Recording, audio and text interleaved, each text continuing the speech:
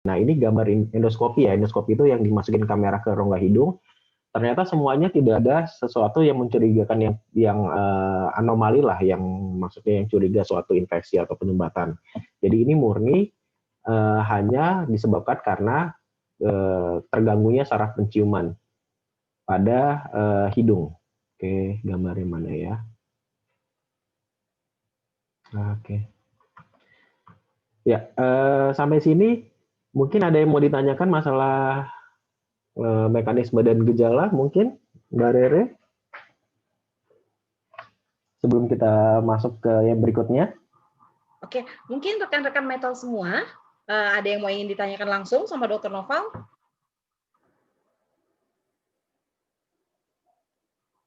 Oke, mungkin menurut saya bisa lanjut dulu ya kali ya dok ya. Baru nanti Baik. Bapak Ibu sekalian, kalau ada yang mau ingin ditanyakan bisa langsung bertanya lewat chat juga bisa. Kalau mau langsung nanti, kalau misalnya pas di chat mau nanya apa ya, nanti dulu deh. Atau nanti baru kepikiran, baru oke juga. Tapi nggak apa-apa, di chat juga oke, bebas. Oke, silakan dok, bisa lanjut dok.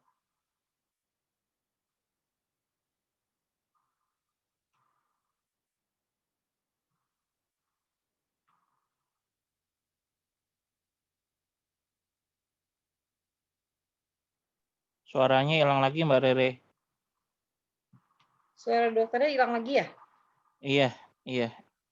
Ngejauh lagi suaranya. Sinyal kayaknya. Iya, sinyalnya kayaknya. Waduh, kita tunggu lagi nih berarti.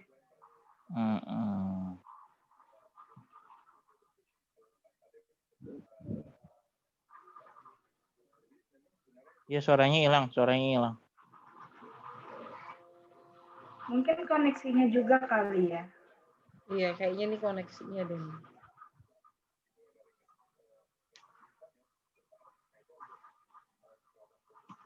Nggak stabil kayaknya.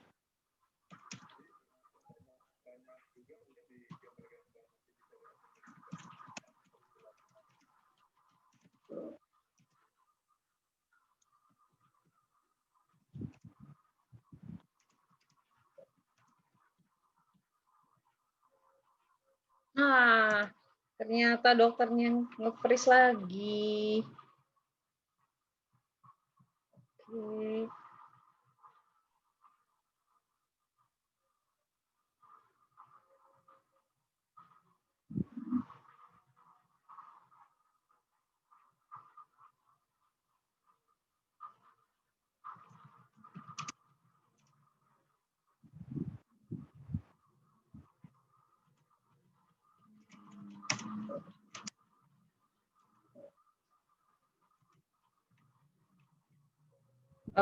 Mbak Lutfi mungkin bisa di calling dokter Novalnya.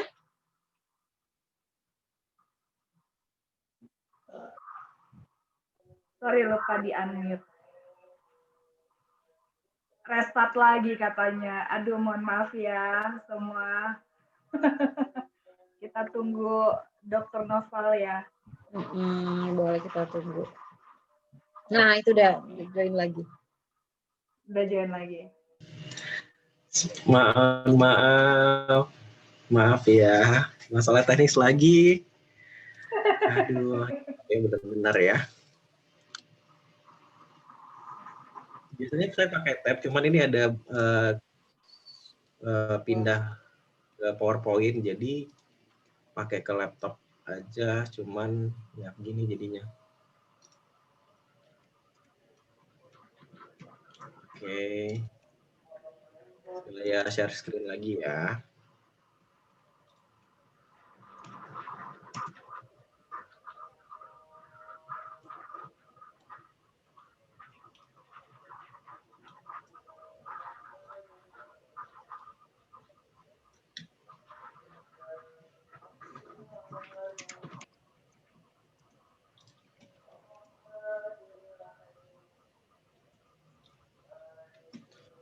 Oke, kita masuk ke pencegahan. Tadi setelah tahu gejala dari COVID-19, kemudian mekanisme bagaimana terjadinya, kenapa dia hanya berada pada level tenggorok saja seperti radang tenggorok, kemudian batuk kering dan lain-lain tidak terjadi infeksi di paru-paru atau pneumonia. Nah, kita masuk ke pencegahan. Bagaimana si virus itu tidak melewati, membypass sistem pertahanan tubuh kita yang bagian atas. Nah, tadi sempat dibahas bahwa fungsi hidung itu diantaranya ada untuk filter, melembabkan udara, kemudian untuk menghangatkan udara yang masuk sehingga kondisinya bagus untuk paru-paru. Oke, sehingga yang bisa kita lakukan untuk dapat mencegah virus untuk masuk ke tahapan yang lebih gawat atau bahkan untuk tidak menginfeksi sel tubuh sendiri adalah pertama, kita biasakan untuk cuci hidung dan kumur. Untuk kenapa cuci hidung dan kumur ini penting? Karena virus sendiri konsepnya punya transit time. Ingat tadi konsep gembok dan kunci pada virus. Kita lihat lagi gambarnya di sini.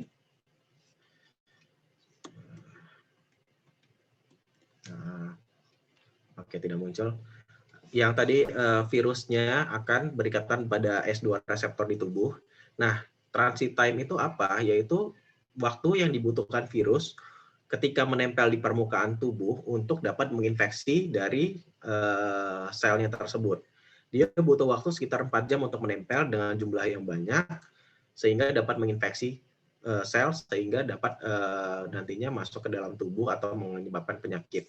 Nah, kalau kita cuci hidung dan kumur secara rutin dan berkala, kita harapkan pada fase transit time ini, virus dapat terwash out, dapat keluar sehingga nantinya tidak akan menginfeksi dari sel tubuh. Nah, bagaimana mekanismenya? Ini saya lihatkan di presentasi saya yang lain.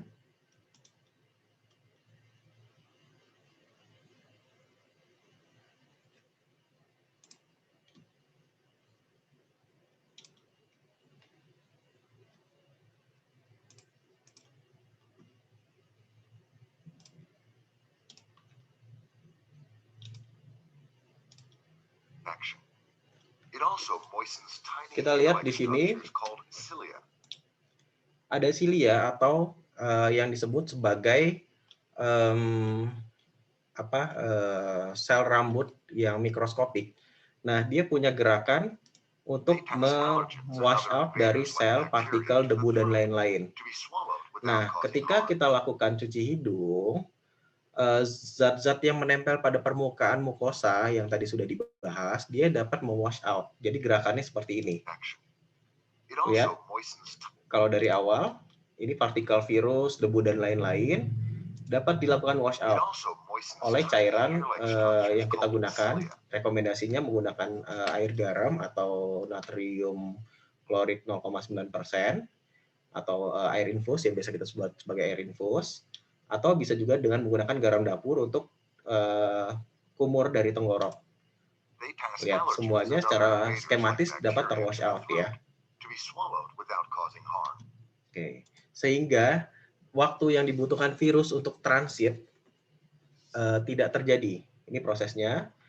Lihat di sini dari silianya dia tidak bergerak bebas. Untuk silia ini fungsinya untuk mengeluarkan virus atau partikel debu, sehingga dengan menggunakan kumur dan cuci hidung secara rutin dapat menimbulkan gerakan silia atau rambut mikroskopiknya lebih baik. Nantinya mencegah untuk proses transit time-nya berlaku sehingga virusnya sendiri tidak menginfeksi tubuh. Nah, makanya untuk dari THT kita sangat menganjurkan untuk cuci hidung rutin berkala dengan kumur untuk mewash out dari virusnya tersebut. Dok, sorry aku potong nih dok. Itu kalau cuci hidung itu ada cairan khusus nggak sih dok? Cairan khususnya kita pakai air infus sih Mbak, natrium kloridnya 0,9%. Disarankan ya, dia sesuai dengan cairan fisiologis tubuh ya. Oh oke. Sip. Jadi, tapi kalau misalnya untuk kumur sendiri, gampangnya menggunakan air mineral atau air matang. Bisa juga dicampurkan dengan garam. Simpelnya garam dapur bisa untuk kumur ya. garam dapurnya itu sekitar setengah sendok teh garam dapur dicampurkan 200 ml air hangat ya matang ya. Kemudian dilarutkan lalu dikumur saja. Kumurnya itu harus sampai gargle tenggorok sampai Oh, sampai yang sekitar 30 oh detik. iya. Oke, Betul. oke. Jadi kalau misalnya kita contohnya nih, kalau di rumah, katakanlah rumah kita bebas virus, terus kemudian kita aktivitas kantor gitu ya dari jam 6 keluar rumah dari jam 6 pagi sampai jam 6 sore nih. Berarti kan fase-fase di mana kita terekspos virus, kemungkinan terekspos virus di jam itu kan dari 6 pagi sampai jam 6 sore. Nah, kalau kita rutin kumur nih, katakanlah di fase itu kita kumur 3 sampai 5 kali. Itu sebenarnya bisa membantu untuk virusnya tidak menempel di permukaan karena dia kan tidak melewati transit time-nya 4 jam tadi. Oke, ini saya baru tahu nih informasi cuci hidung dan kumur ini. Ternyata sebenarnya mudah sekali ya dok ya untuk pencegahannya ini ya. Betul Mbak sebenarnya dan itu bisa dimulai dari diri sendiri kan. Benar. Ya ditambah dengan olahraga, vitamin dan lain-lain. Oke dok. Meningkatkan daya tahan tubuh. Kembali lagi tadi ke defense mekanismenya yang diperbaiki. Oke, sip. Oke dok, boleh lanjut atau mau jawab ada satu pertanyaan nih dok? Boleh, saya rasa sih materi saya sudah cukup sekian ya. Yang penting bisa mengubah paradigma bahwa kalian tes COVID bukan dari bau Indomie gitu loh. Oh kalau saya bisa bau Indomie itu saya baru dengar loh. Itu, ya. Itu mah kata lapar aja. Apalagi kalau tadi kan bilang bahwa ternyata anosmia itu bukan gejala yang paling sering ditemukan pada THC. Ternyata banyak ya dok ya gejalanya. Oke dok, langsung aja nih ke pertanyaannya dok. Kebetulan di sini ada ada rekan metal kita, saudari Miftania. Oke, kebetulan saudara Mifta ini dia lagi kondisi hamil 12 minggu nih dok dan positif COVID. Nah, jadi dia ini mengalami gejala-gejala yang seperti indera penciumannya hilang nih. Jadi pada tanggal 6 Januari, tanggal 11 di swab karena penciumannya semakin lama semakin berkurang nih dok dan hasilnya positif. Sampai sekarang berarti 11 Januari udah 10 hari, baru seminggu ya. Seminggu masih berkurang, belum normal. Oke. Nah, yang ditanyakan adalah kira-kira untuk penciuman ini kapan ya dok untuk bisa kembali normal? Nah, kalau kondisi seperti COVID pada wanita hamil itu bisa membahayakan janin nggak ya dok? Nah, itu pertanyaan dari Mbak Mifta. Silakan dok. Oke, jadi gejalanya kan tadi ada gangguan penciuman, ada gangguan ke rasa makanan nggak? Kalau misalnya ada, biasanya saling berkaitan sih sebenarnya. Cuman gini, kalau misalnya pasien kita punya keluhan gejala gangguan penciuman itu biasanya hanya sekedar moderate, jadi jarang-jarang sampai dengan pneumonia atau gejala berat dari COVID. Sehingga sebenarnya untuk secara umum penyakitnya tidak terlalu bahaya pada si Mbak siapa tadi? Maaf, Mbak Reren. Mbak Mifta dok, Mbak Mifta. Mbak Mifta, itu sebenarnya tidak terlalu berbahaya. Cuman yang jadi concern saya adalah selama pengobatan ini dia penciumannya masih belum oke ya. Nyium baunya. Nah, ini agak sedikit mengkhawatirkan nih. Apakah Mbak Mifta sudah konsultasi lebih lanjut masalah gejala anosmianya? Apakah sudah diberikan treatment yang tepat atau tidak?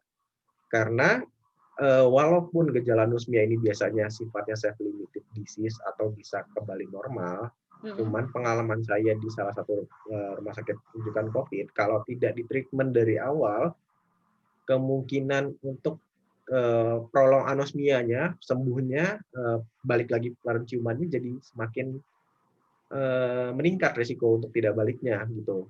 Nah, saran saya coba nanti diperiksakan apakah terdapat gangguan konduksi. Tadi kan kalau anosmia bisa dari konduksi atau ada sumbatan di hidungnya sendiri seperti polip dan lain-lain, atau murni dari virusnya atau yang menyerang ke sarafnya. Dan kalau menyerang ke sarafnya, kita bisa langsung menggunakan treatment pakai minimal pakai cuci hidung dan menggunakan steroid topikal. Steroid topikal itu kayak semacam obat semprot hidung, bukan Afrin atau Iliadin ya. Saya terpaksa nyebut merek di sini. Contohnya seperti Nasonex atau Avamis. Karena dia punya sifat anti radang yang mengurangi peradangan pada sel sarafnya, Mbak Rere.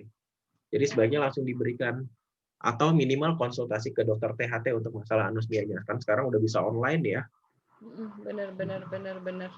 Oke, karena di pengalaman di keluarga ya dok ya, kebetulan dari keluarga saya juga mengalami anosmia tadi, kehilangan indera penciuman itu hampir 2 minggu, dan alhamdulillahnya sih balik gitu. Dan memang seperti yang tadi dokter katakan ya, memang juga ternyata dia juga rajin cuci hidungnya, dia pakai kayak model suntikan gitu dok. Oh iya, Ya, betul. terus juga Dia pakai paling sih pakai Sterimar. itu sih. Iya, pakai Sterimar ya dok. Iya pakai Sterimar gitu. Oke. Kalau saran saya pada kasus konfirmasi atau pada untuk mencegah COVID sendiri, saran saya kita pakai metode cuci hidungnya yang high volume, high pressure. Kalau Sterimar itu kan dia model semprot ya, Iya, model dan semprot, dia benar. tidak terlalu banyak volume sama pressure-nya. Jadi menurut saya agak kurang efektif, lebih baik pakai yang model suntikan. Oh ya, Kita oke. biasa pakai suntikan 10 cc atau 20 Iya, cc, itu lebih oke untuk mem-wash out virusnya. Gitu. Dan Oke. ada 2-3 pasien saya karena telah diberikan terapi untuk anosmianya itu sampai berbulan-bulan loh belum balik, bisa sampai berbulan-bulan. Walaupun gejalanya simpel ya, maksudnya nggak bisa nyium, cuman kan jadi quality of life-nya berkurang kan. Siapa yang mau makan gak ada baunya? Pasti benar-benar. Itu kan kayak hambar aja gitu ya dok ya. Tapi kalau misalnya ya dok ya, kalau penciumannya nih hilang, nggak melulu juga yang kita, misalnya kalau kita masih bisa berasa nggak sih indera pengecap kita? Apa kan itu kan nyambung kan ya? Ya. Nah sebenarnya masih bisa tergantung ya, kalau misalnya dia bisa menyerang dari indera pengecap atau penciuman, atau bisa berdiri sendiri antara penciumannya doang yang bermasalah atau pengecapnya yang bermasalah. Cuman secara garis besar dia nyambung karena jadi penciuman itu sebagai penguat rasa juga sebenarnya. Contohnya pas kita pilek, kayak makan Indomie itu nggak akan senikmat ketika kita hidungnya plong. Nah itu karena sekitar ya mungkin katakanlah sekitar 20% rasa itu dipengaruhi oleh dari wangi makanan juga sebenarnya. Itu kalau misalnya kita bahas lebih lanjut, ada yang namanya olfactory memory. Jadi penciuman itu berhubungan dengan memori. Contohnya itu, misalnya saya ke suatu tempat nyium bau steak. Nah, itu langsung di pikiran saya kebayang, oh bentuk steak itu seperti ini dan lain-lain, itu olfactory memory. Sehingga pasti secara nggak langsung kalau di anosmia ya rasanya pasti berkurang sih. Oke dok. Dok, ini sebenarnya ada pertanyaan yang sebenarnya tidak nyambung sama THT dan KL ya. Ini ada titipan teman saya, ini kebetulan dia ibu menyusui dan terkena positif COVID. Nah itu sebenarnya boleh nggak sih kasih ASI ke bayi buat kita positif gitu untuk pasien? Oke, sebenarnya kalau ini saya kurang begitu paham juga, cuman sepengalaman saya biasanya jadi gini, kalau misalnya kita nyusui bayi kan berarti langsung skin to skin ya. Ada kemungkinan virusnya nempel di daerah, dan itu bisa mempengaruhi bayinya. Apalagi kan kalau nyusuin itu bukan proses 1-2 menit kan, butuh waktu lumayan lama. Di situ pasti resiko untuk terpaparnya juga lumayan tinggi. Jadi mungkin bisa dipertimbangkan dengan menggunakan botol. Oh iya benar ya. Jadi dipompa ya dok ya. Karena dia ada positif, takut anaknya kena, jadi ibunya isolasi mandiri tapi di pumping dulu. Cuman kan ya tetap aja pakai protokol ya. Benar. Dibersihkan dulu pakai alkohol dan lain-lain seperti itu. Oke dok, nih sebenarnya juga ada pertanyaan juga yang relate sama yang tadi saya tanya dari saudari Novi. Jadi Mbak Novi ini seminggu yang lalu itu kehilangan indera penciuman, lagi-lagi indera penciuman ya dok. Saat ini sedang menyusui, sama seperti rekan saya tadi. Jadi saat ini Mbak Novi sedang menyusui, lalu mau tanya, nah bayi itu kalau misalnya tertular tuh ciri-cirinya bagaimana gitu? Karena kan model bayi kan ada yang dia bingung puting gitu ya dok, ada yang harus direct breastfeeding gitu. Nah itu kalau misalnya pasti takutnya ya, karena sebenarnya saudara Novi ini aktif masih menyusui kayaknya gitu dok.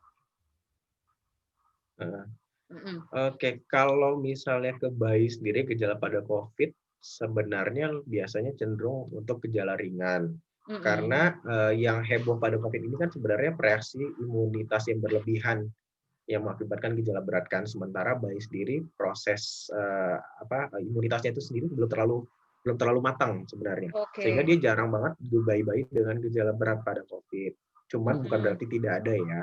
Nah, biasanya pada anak kecil atau bayi ya bisa juga gejalanya lebih ke arah demam atau batuk, demam dan batuk ya. Bisa juga tanpa gejala, paling sering sih tanpa gejala. Saya baru ingat yang tadi, pada ibu hamil biasanya anaknya jarang, misalnya ibunya positif COVID terus dia melahirkan, anaknya sangat-sangat jarang untuk tertular ya.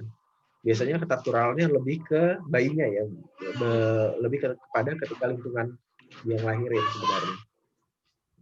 Pengalaman saya jarang banget bayi yang lahir oleh ibu yang positif COVID, bayinya juga positif, itu sangat jarang. Gitu. Oke, dok. Lalu ke pertanyaan selanjutnya ya dok ya. Jadi dari Mbak Sabrina, jadi sekarang kan sudah, ini di luar ini tentang vaksin ya dok ya, boleh ya dok ya ditanyain. Sekarang kan sudah beredar nih dok vaksin dari pemerintah, tentang vaksin tersebut apakah aman? Jika sudah divaksin, apakah kita sudah kebal terhadap virus COVID-19? Lebih. Oke, prinsip vaksin sendiri adalah memicu untuk terbentuknya imunitas antibodi di dalam tubuh. Ada beberapa metode, ada yang diinjek sebagai virus antigen dari suatu penyakit dimasukkan ke dalam tubuh sehingga nanti menimbulkan respon imunitas yang nantinya berkelanjutan di dalam tubuh ya, sehingga nanti ketika virusnya datang lagi, tubuh itu sudah mengenali. Jadi gini, kalau kita ibaratkan imunitas tubuh itu sebagai tentara, tapi tentaranya yang nggak terlalu pintar. Misalnya tentara A, sejumlah 1 batalion, dia hanya mengenali musuh yang tipe A, seperti itu. Nah, ketika dia datang musuh yang tipe B, dia tidak akan mengenali. Nah, di sini gunanya vaksin itu untuk mengasih tahu batalion A ini untuk mengenali virus penyakit yang ini. Sehingga kalau misalnya sudah terbentuk, apakah bisa terinfeksi? Ya bisa sebenarnya, tapi karena tentara yang mengenalinya sudah banyak, jadi gejalanya cenderung ringan, paling banter ringan saja, tanpa gejala berat dan lain-lain. Oke, terus apakah dapat terkena sudah ya? Apakah dapat menginfeksi? Ya sebenarnya gini, kalau misalnya saya sudah divaksin, kemudian saya sudah terbentuk imunitas nih ya, kemudian saya kena sama si COVID-19 lagi. Nah, virusnya ya nempel di dalam sel tubuh saya. Apakah saya ketika fase aktifnya bisa menularkan ke orang lain? Ya bisa, tapi untuk saya sendiri sudah aman.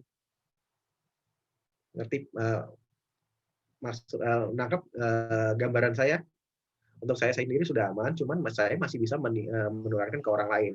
That's why kalau program vaksin dikatakan berhasil kalau sudah sekian persen masyarakat yang divaksinasi, bukan hanya kalangan tertentu saja. Oke. Kenapa? Ya karena itu tadi, walaupun saya sudah divaksin, ya saya masih bisa bawa virusnya dan untuk menularkan ke orang lain. Nah, kalau lain ceritanya kalau lingkungan saya sendiri atau masyarakat lainnya juga udah divaksin, ya nggak ngefek berarti. Walaupun saya menularkan ke orang lain, ya mereka tuh juga sudah ada imunitas terhadap penyakit itu. Sehingga aman sebenarnya, atau dikatakan sebagai vaksin berhasil, seperti itu. Oke. Kita lanjut ke pertanyaan selanjutnya ya dok ya. Jadi ini ada dari Ibu Desi. Nah, Ibu Desi ini dia sudah 1 minggu negatif. Sekarang sebelumnya pasien COVID ya dok ya. Jadi sekarang Ibu Desi ini sudah 1 minggu negatif. Sekarang masih isolasi. Tapi saat recovery selama 1 minggu masih ada demam dalam 1 minggu dan sudah 3 kali demam dan pusingnya hanya sebelah kayak migrain gitu. Nah, apakah dia nanya nih harus ngapain dan terus kalau minum obat dia nih jadi minumnya obatnya Sunmol aja nih dok, gitu karena hanya itu ya. Nah jadi minta arahannya nih dok nih karena kan udah negatif ya, udah diidentifikasi negatif. Nah, tapi masih ngerasain demam, masih kepala pusing sebelah gitu, tapi hanya minum Sunmol. Nah itu gimana tuh dok? Oke, kalau sudah confirm negatif, sebenarnya untuk yang gejala demamnya kan bisa dari infeksi lain. Walaupun kita kondisinya pandemik sendiri kan belum tentu infeksi bakteri, ibaratnya kayak virusnya ini jadi trending topik, tapi bakteri-bakteri yang lain jadi kalah pamor, itu nggak gitu. Jadi bisa aja dari infeksi lain, infeksi bakteri dia jadi demam juga. Berarti Banyak belum faktor tentu ya. Cuman belum tentu reaktivasi dari virus sendiri. Apalagi kalau dia statusnya masih di rumah terus, udah negatif, masih isolasi mandiri dan lain-lain, ya berarti paparan terhadap virus yang baru, infeksi yang barunya cenderung lebih kecil. Ya bisa aja dia hanya infeksi bakteri biasa atau infeksi virus common cold pada umumnya. Jadi untuk pengobatannya ya lihat aja boleh menggunakan Sunmol. Tergantung dari gejala ya. Kalau misalnya memang dia ada gejala pilek dan lain-lain ya mungkin bisa konsultasi lebih lanjut jika tidak ada perbaikan selama 3 hari. Gitu. Oke. Tergantung gejalanya sih Mbak. Benar, amannya memang konsultasi langsung ya dok ya. Karena kalau gejalanya tidak membaik atau bahkan nambah ya dok ya. Maksudnya nambah demam atau jadi malah tambah pusing gitu hanya kan. Migren sama ini ya, migren sama demam aja ya. Jadi cuma minum Sunmol. Atau mungkin memang ya kalau migren kan penyebabnya ada banyak ya, bisa kalau dari THT sendiri bisa terdapat sumbatan di hidung atau sinusitis bisa bikin migren juga terkadang kalau misalnya ada kelainan hidung. Sinusitis tuh atau memang migren gitu. dari saraf. Migren dari saraf juga bisa ya, kayak migren pada umumnya nyeri kepala sebelah kayak gitu. Ya itu bisa minum coba obat simptomatik dulu sih sebenarnya. Kalau tidak perbaikan baru saran saya coba konsultasi lebih lanjut. Dok. Nah, ini selanjutnya ada tadi kebetulan Mbak Adel menyapa Dokter Iman nih dok ini. Kebetulan Dokter Iman juga mau bertanya nih dok. Bagaimana? Aku sebenarnya nggak ngerti ya ini olfactory training itu apa. Jadi bagaimana dengan peran olfactory training atau latihan penghidu ya dok pada pasien anosmia karena COVID. Nah itu boleh diterangin juga tuh dok, apa tuh dok? Oke, pada kita spesifik kepada anosmia pada COVID. Berarti anosmia gangguan penghidu yang disebabkan oleh gangguan saraf penciuman di hidung. Nah, terapinya sebenarnya tadi saya sudah sebutkan sedikit, bisa menggunakan cuci hidung dengan menggunakan obat anti radang yang semprot, contohnya Afamis atau Nasonex. Itu untuk mengurangi proses peradangan di saraf saraf penciumannya sendiri. Cuman ada satu lagi yang bisa kita kerjakan, itu olfactory training atau latihan penghidu. Masih ingat kata saya bahwa olfactory itu atau penciuman itu punya memori. Nah, gunanya si training ini sebenarnya untuk membangkitkan memori sehingga sarafnya dapat kembali normal atau berfungsi lagi. Ada macam-macam cara. Yang paling simpel adalah kita biasanya pakai 3 bau yang spesifik. Kalau ada bau yang sangat berkesan, contoh, misal bau parfum kesukaan atau bau mantan yang berkesan kan, itu lebih gampang untuk membangkitkan kembali memori dari penciumannya. Nah, caranya yaitu digunakan secara rutin 3 kali sehari. Kalau contoh minyak kayu putih, saya tidak rekomendasikan untuk dimasukkan ke hidung minyak kayu putih karena sifatnya iritasi, belum lagi kalau kemungkinan untuk ditelan. Apalagi ada video yang viral yang ditetesin ke lidah, pernah lihat ya? Iya. Pernah. Nah, itu katanya itu kalau minum, tumpahan banyak itu bisa bahaya. Nah, itu sesuatu yang tidak baik ya untuk ditiru. Oke. Malah dilarang ya dok ya? Iya, Saya dengarnya karena gitu, sempat saya dengar. Ya, ini dicampurin aja minyak kayu putih diminum gitu. Iya, itu ide yang sangat brilian ya menurut saya. Memang sifatnya minyak kayu putih itu bisa membunuh virus di luar, dalam artian ketika ada satu media ada virusnya, saya kasih minyak kayu putih, ya virusnya mati. Cuman tidak seperti itu yang terjadi kepada tubuh ketika sudah terinfeksi. Virusnya kalau udah masuk ke dalam tubuh, dia berada di dalam sel. Jadi walaupun kita minum segalon juga virusnya nggak akan mati karena dia udah terlindungi di dalam sel gitu. Makanya jangan melakukan itu lagi. Nah, kalau minyak kayu putih itu untuk olfactory training bisa. Karena biasanya pada pasien-pasien saya di bangsal COVID yang gampang diraih, yang selalu mereka bawakan minyak kayu putih dan turunannya minyak telon dan lain-lain, dan itu punya bau khas. Itu bisa dibalurin di leher. Nanti kan baunya nguap tuh. Nah, itu bisa merangsang untuk si penciumannya. Atau bisa juga menggunakan pisang sebenarnya. Pisang itu punya bau khas, punya rasa yang khas. Cuman bukan dimakan banyak-banyak ya, yang ada malah gendut nanti kita. Pisangnya itu dikunyah, kemudian kan udah kayak lenyek-lenyek gitu, ditempelin ke langit-langit mulut, baru nanti kayak semacam diisep-isep gitu. Dia punya bau khas yang nanti merangsang untuk sarafnya untuk kembali berfungsi. Seperti itu sih olfactory training. Ya minimal pakai 3 bau yang khas deh kalau misalnya untuk olfactory training. Ini untuk pada orang-orang, tadi ada yang nanya juga ya masih mengalami anosmia ya. Boleh dicoba untuk olfactory trainingnya juga selain cuci hidung dan pakai obat semprot. Berarti kita mencium 3 wangi favorit selain Indomie ya dok ya? Tetap ya Indomie itu ya. Indomie kalau ada sponsornya boleh tuh. Bener banget. Nah dok, apa tuh namanya satu nih ya. Sebenarnya saya ada mau tanya di luar ini, boleh ya dok ya? Ini saya pribadi dok. Dok, beberapa waktu lalu saya membaca sebuah artikel nih ya. Jadi ada beberapa orang yang tidak diperkenankan untuk menerima vaksin ini. Nah, salah satunya adalah penderita autoimun. Nah, kebetulan saya penderita autoimun nih dok. Nah, saya mau tahu dok, kenapa? Mau tahu sebenarnya kenapa vaksin tersebut tidak diperkenankan untuk penderita autoimun? Ini pertanyaan dari diri saya sendiri sebenarnya. Gitu dok. Untuk masalah autoimun ya. Kenapa sih vaksin itu nggak boleh buat penderita autoimun? Ini saya jawab berdasarkan apa yang saya tahu ya dok. Mungkin karena ini di luar dari kompetensi saya sih sebenarnya. Oke dok. Jadi kalau penderita autoimun sendiri, sebenarnya kita harus tahu tentang masalah autoimun ya. Autoimun adalah sifat reaktif, hiperreaktif dari tubuh terhadap suatu antigen yang berada di dalam tubuhnya sendiri. Contoh, tubuh kita kan terdiri dari banyak protein-protein nih ya. Katakanlah protein simpelnya apa ya? Punya protein A. Nah, protein A itu sebenarnya misalnya untuk membangun imunitas. Cuman autoimun itu dia menyerang si protein A itu sendiri.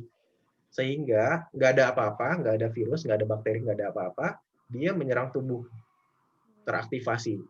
Nah, hal ini yang disebut sebagai autoimun. Jadi auto sendiri kan berarti kan di dalam tubuh, kemudian imunitas. Jadi imunitas yang menyerang tubuhnya sendiri. Nah, kalau misalnya vaksin sendiri kan kita ngasih antigen sebenarnya atau virus. Takutnya hiperreaksi dari proses autoimunnya sendiri atau teraktivasi dari autoimun, sehingga pertama dia bisa membangkitkan autoimunnya selama ini tidur. Kan biasanya kalau autoimun suka dikontrol dengan obat-obatan tertentu.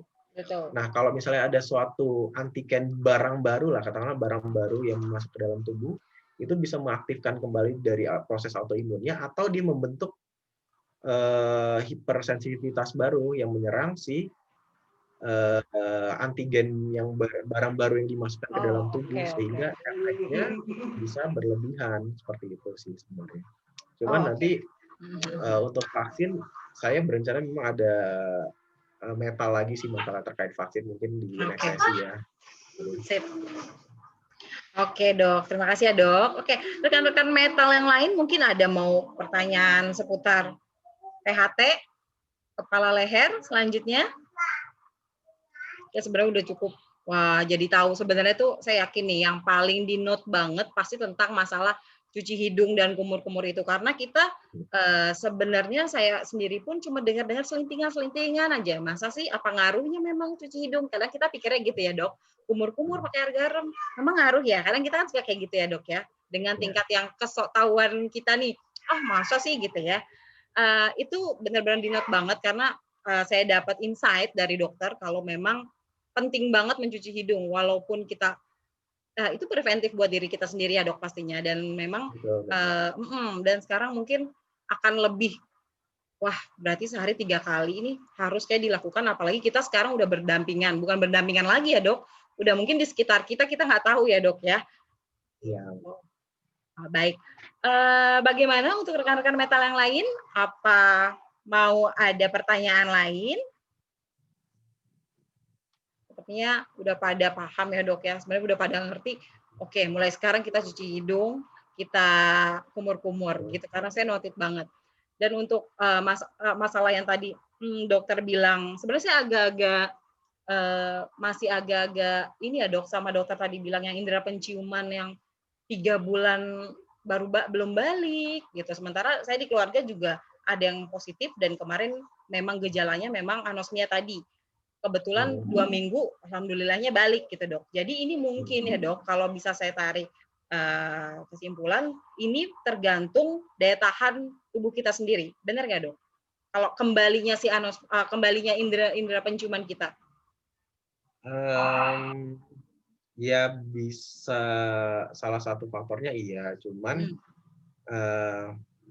tadi mungkin sedikit bahas ya, yang terjadi pada proses anosmia itu adalah si virusnya ngerusak jaringan di sekitar saraf penciuman yang di hidung, di atap hidung ya.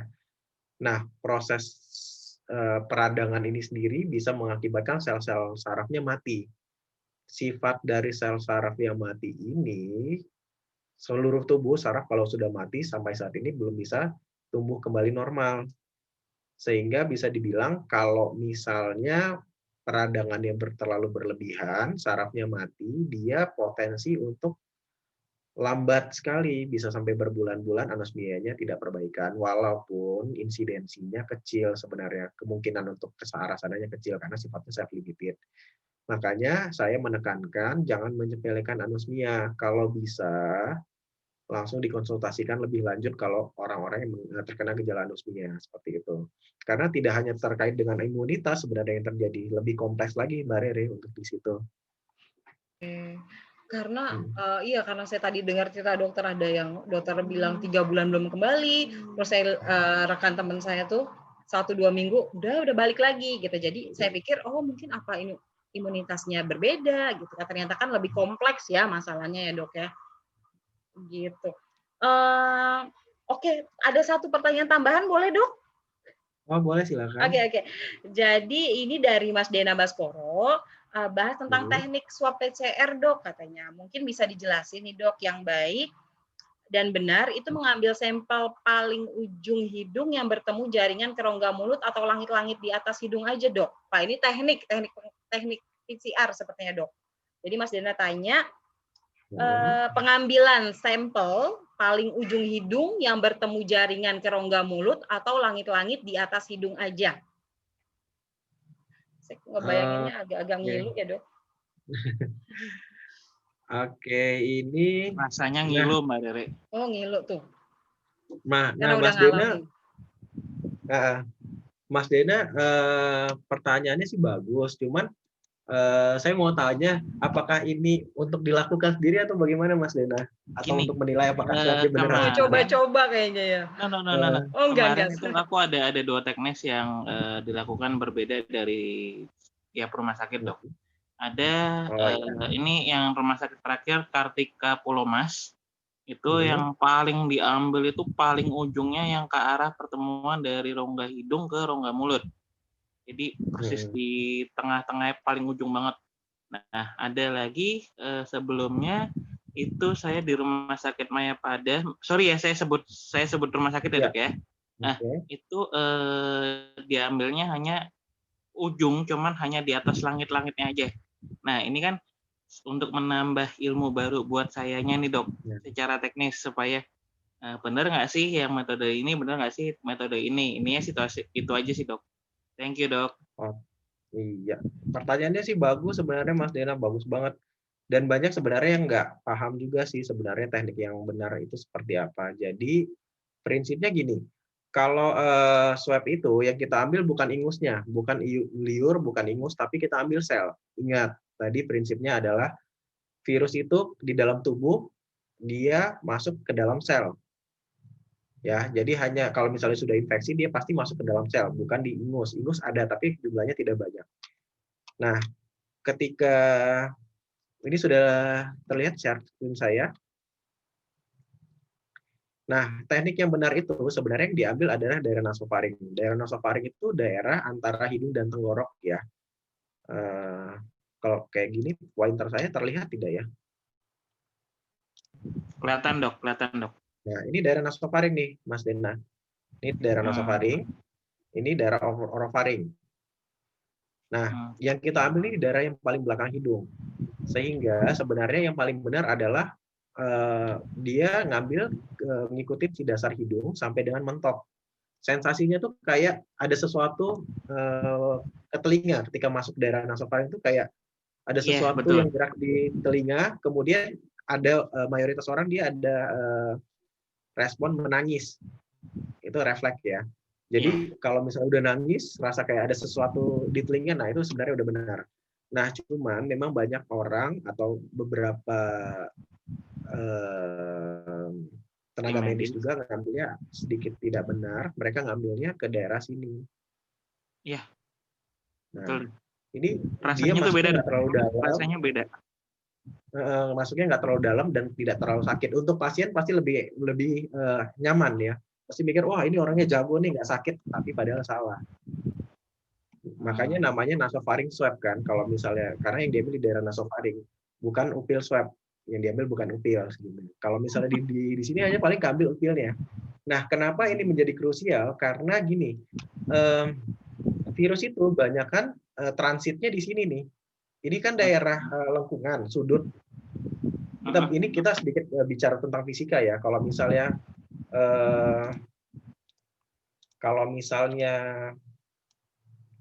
datar, udara itu kan nggak ada tekanan ya. Jadi lurus saja masuk gitu kan.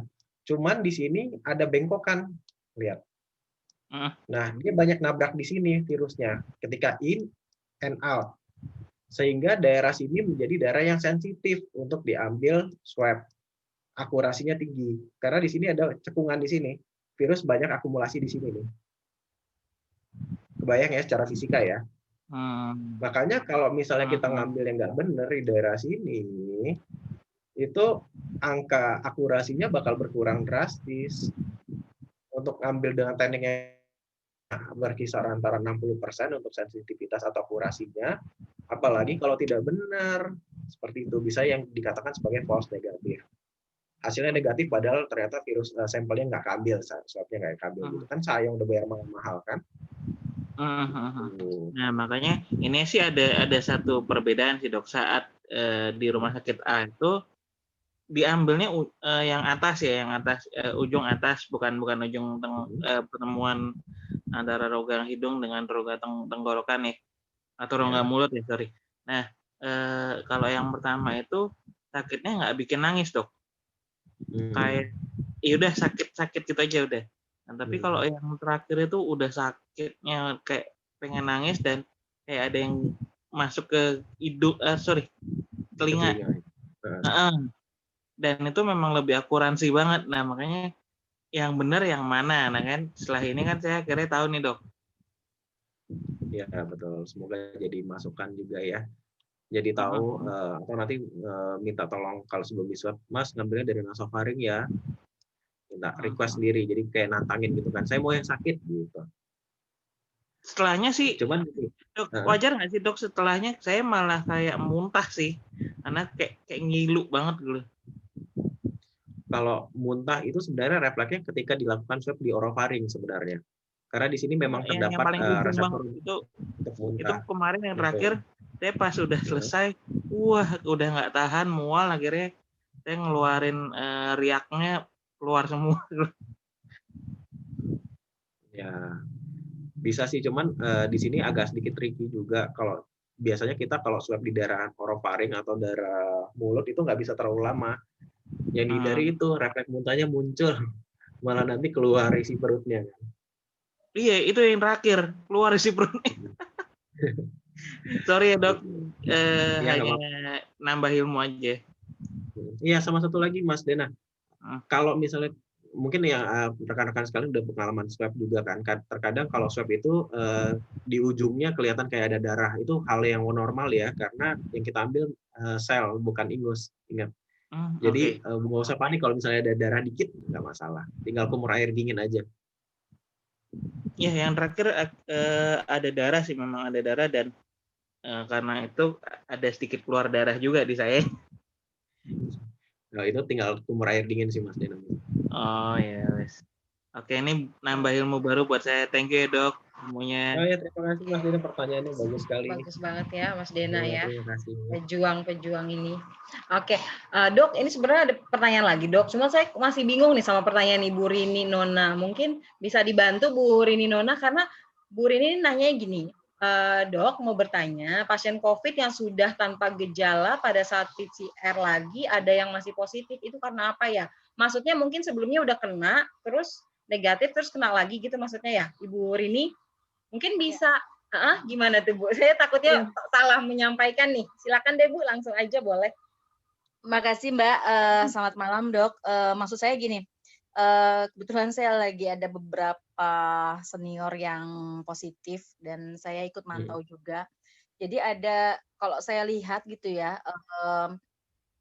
kebetulan senior saya ini umurnya sekitar 50 ke atas gitu ya, yang positif ini beberapa saya lihat. Mereka itu udah tanpa gejala, udah 14 hari tanpa gejala, kemudian PCR lagi gitu dok. Memang kan saya tahu di peraturan Kemenkes juga kita baca bahwa kalau udah 14 hari plus 3 tanpa gejala nggak perlu PCR. Cuman kan kita pekerja ini perlu ada PCR lagi karena memang harus masuk ke kantor, harus ada PCR yang negatif gitu ya. Nah, tapi saya lihat case ini beberapa orang itu masih terus positif. Jadi dia ada yang dirawat, ada yang dirawat di rumah sakit, ada pun yang enggak dirawat. Itu saya lihat 14 sampai 28 hari pun masih positif gitu loh. Hasil PCR-nya udah sampai ada yang 2 kali, 3 kali setelah PCR pertama ya. Jadi udah tanpa gejala 2 sampai 3 kali ada yang masih positif. Nah, itu kenapa ya, Dok? Oke. Kalau yang terbaru sih sebenarnya Ibu Rini kita ngelihatnya CT score. CT score itu tergantung alat ya, biasanya patokannya sekitar 34, 35. Dikatakan kalau sudah lewat lebih besar dari 34, 35 itu walaupun dia positif tidak infeksius. Karena biasanya yang keambil itu kayak materi genetik RNA-nya dari virusnya gitu. Jadi tidak berupa virus aktif yang utuh yang bisa menginfeksi. Cuman untuk di kalangan medis sendiri itu masih agak sedikit kontroversi dalam artian gini, bukan masalah CT score-nya ya, cuman ada yang berpatokan kepada, ada satu kubu yang berpatokan pada WHO 10 plus 3 tanpa gejala sudah tidak infeksius tanpa melihat dari PCR-nya. Cuman ada satu kubu lagi ya tetap harus melihat dari PCR. Kalau misalnya ternyata masih positif, CT score-nya masih rendah ya masih terus menularkan, dan dua kubu ini sebenarnya masih terus yang masih punya pendapat masing-masing berdasarkan jurnal yang berbeda ya. Jadi saya tidak bisa komentar banyak, cuman memang kalau saya pribadi lihat dari CT score-nya aja Bu, kalau misalnya masih di bawah 34, 35 nanti kan ada beda alat tuh ada standarnya masing-masing ya. Ya itu berarti masih sifatnya infeksius walaupun sudah berhari-hari. Untuk amannya sih kalau menurut saya, ini pendapat saya pribadi ya, jangan digeneralisir karena memang dua kubu ini masih terus berdebat antara 10 plus 3 atau berdasarkan hasil PCR gitu. Jadi sebenarnya kalau misalnya kantor itu sih sebaik. Nah, kenapa masih bisa ada infeksi positif ketika sudah tidak ada gejala ya? Karena kembali lagi virus itu dia walaupun sifatnya minimal, sudah tertangani dengan baik oleh imunitas tubuh, dia masih bisa bereplikasi, tetap berkembang biak di dalam sel tubuh walaupun jumlahnya sedikit. Dan kalau selagi tidak ada gejala sebenarnya ya berarti sudah melewati fase-fase kritisnya. Cuman ya tetap kita harus melindungi orang-orang sekitar kita yang belum kena kan. Kalau misalnya masih positif ya masih tendensinya untuk infeksi ke lingkungan sekitar ya berarti ya mungkin bisa dilakukan isolasi mandiri lebih lanjut seperti itu Bu Rini kalau misalnya tanpa gejala ya. Oh gitu ya dok. Jadi berarti kalau misalnya katakan walaupun udah 28 hari nih tanpa gejala tapi masih positif gitu ya. Nah itu mereka juga tetap isoman, memang seperti itu. Terus juga minum obat yang seperti biasa ya? Kayak kalau obat, kalau obat sebaiknya nggak usah dikonsumsi lagi ya Bu kalau tanpa gejala. Paling ya support aja kayak vitamin aja. Misalnya dia rasa pegal ya minum obat pegal atau pusing minum obat pusing. Cuman obat-obatan yang lain nggak usah sih sebenarnya yang kayak obat antivirus, antibiotik dan lain-lain sih nggak usah. Nah, kalau ini sebenarnya berdasarkan pendapat saya pribadi ya Bu ya. Cuman kan soalnya ada yang patokannya tetap 10+3 sudah tidak infeksius Bu. Cuman kalau kantor kan ya tetap berdasarkan hasil PCR kan biasanya peraturannya. Iya. Betul, makanya kalau kita ini kan biasanya harus PCR ulang gitu karena hasilnya seperti apa. Walaupun bicara kalau penularannya bagaimana ya dok? Maksudnya udah 28 hari tanpa gejala tapi masih positif, penularannya sendiri masih ini nggak? Masih besar nggak kemungkinan menularkan misalnya ke keluarga gitu? Oke, coba nanti dikonfirmasi lagi Bu berapa CT score-nya. Kalau misalnya memang CT score-nya masih di bawah patokan, ya cara penularannya masih sama sih sebenarnya Bu. Via batuk pilek kemudian dari lingkungan sekitarnya yang droplet gitu. Jadi sebaiknya masih melakukan isolasi mandiri sih. Oke, terima kasih dok. Sama-sama Ibu Rini, semoga membantu. Oke dok. Dok, ada pertanyaan tambahan lagi nih dok. Dari sebelumnya sudah ditanya nih ya sama Mbak Novi. Jadi Mbak Novi itu kemarin pas sempat kehilangan indera penciuman, jadi Mbak Novi itu enggak di swab, jadi cuma isoman di rumah 1 minggu. Nah sampai kembali normal. Nah jadi setelah 1 minggu nih, after isoman, penciumannya sudah membaik, sudah kembali lagi. Nah yang ditanyakan, apakah dengan membaiknya penciuman itu sudah dibilang sembuh gitu sebenarnya? Patokannya sebenarnya nggak seperti itu Mbak Novi. Pertama untuk Mbak Novi, saran saya coba konfirmasi swab atau diperiksakan apakah penciumannya hilang benar karena curiga infeksi COVID atau yang lainnya. Karena kan penciuman hilang bukan hanya COVID aja, bisa dari sinusitis ataupun polip ya. Mbak Novi sebaiknya tetap dilakukan swab PCR untuk konfirmasi. Kemudian kalau misalnya sudah sembuh 1 minggu, penciumannya membawa apakah sudah negatif, dia belum tentu. Gitu. Karena gejala anosmia sendiri dia tidak bukan gejala yang sesuai dengan progresivitas dari penyakitnya. Bisa aja anosmia ini muncul setelah 1 minggu infeksi atau 2 minggu infeksi. Seperti itu. Sehingga tetap patokannya ya sebenarnya pertama konfirmasi dulu apakah ini benar COVID atau tidak. Setelah konfirmasi ya isolasi mandiri. Protokolnya kan sekarang sudah ada 2 minggu, ya sebaiknya nanti konfirmasi dengan swab PCR. Seperti itu. Berarti ya dok, dengan kata lain, hilang tidaknya penciuman itu bukan menjadi tolak ukur kita positif atau negatif gitu ya dok ya. Tetap kita kembali lagi, kita harus melakukan tes ya dok ya. Itu lebih aman dan lebih akurat ya dok ya. Ya karena gini, ini misalnya Mbak Novi udah isolasi mandiri karena anosmia, kemudian tidak swab nih ya, patokannya hanya anosmia aja. Nah kalau ternyata bukan infeksi COVID kan sudah buang-buang waktu untuk isolasi mandiri untuk sesuatu hal yang produktif bisa kerja dan lain-lain ya. Belum lagi kalau hanya patokannya ke isolasi ke anosmianya. Kalau punya kembalinya 1 bulan, nggak mungkin isolasi 1 bulan terus-terusan kan? Gitu. Oke dok, mungkin itu bisa membantu Mbak Novi ya. Jadi penciuman itu bukan tolak ukur kita positif atau negatif gitu. Jadi tetap harus dilakukan tes untuk lebih akurat ya, untuk kita nggak bertanya-tanya, udah isoman aja sendiri dengan inisiatif sendiri gitu ya dok ya. Oke.